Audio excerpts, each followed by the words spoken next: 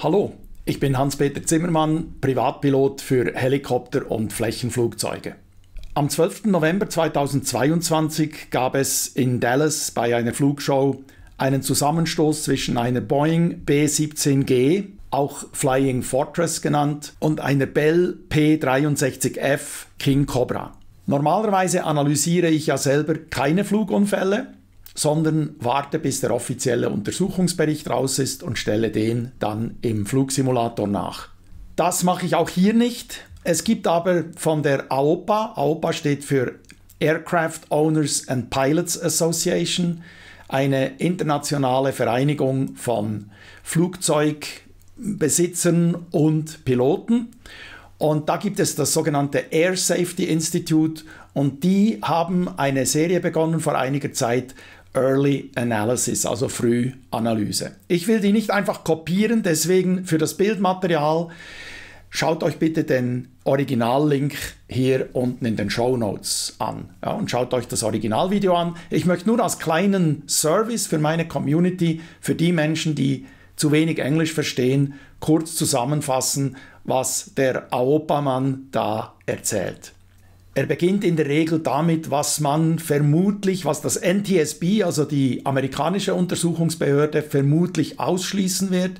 Ausschließen werden sie, sagt er, vermutlich technische Probleme. Es sieht nicht so aus, dass diese Flugzeuge irgendein technisches Problem hatten.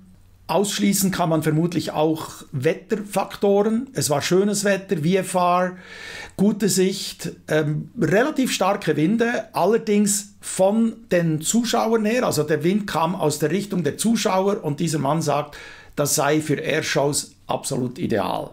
Und auch die Sonne hat nicht geblendet.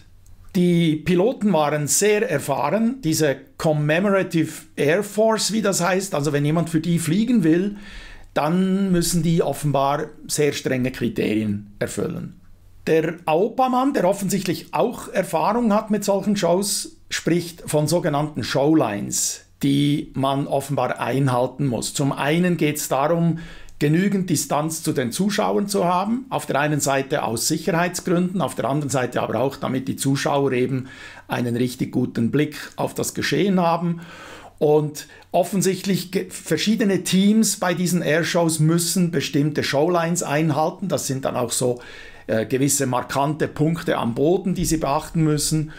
Und es sieht so aus, das ist auch belegt mit ein paar Radardaten und Videodaten, es sieht so aus, dass die kleinere Maschine, die P-63, diese Showline überschritten hat und dann korrigiert hat nach links und dadurch, dass sie nach links korrigiert hat und nicht zwischendurch wieder gerade gestellt hat und geschaut, was da los ist, hat sie sich quasi die Sicht versperrt. Offensichtlich in diesem P-63 ist die Sicht denkbar schlecht und dadurch hat sie eben die B-17G gestreift und zu Fall gebracht. Es heißt, der Pilot der P-63, also der kleineren Maschine, sei Airline-Pilot gewesen. Und da wird natürlich auch diskutiert, es wird sicher vom NTSB überprüft werden, war der gut erholt, hat der genügend Ruhephasen gehabt? Ist eine berechtigte Frage, weil in Amerika werden die Airline-Piloten ziemlich stark geschlaucht und die werden so schlecht bezahlt, dass die zum Teil noch einen zweiten Job, meistens dann nachts, übernehmen müssen, damit sie überhaupt ihre Familie durchbringen. Also eigentlich ein Riesenskandal.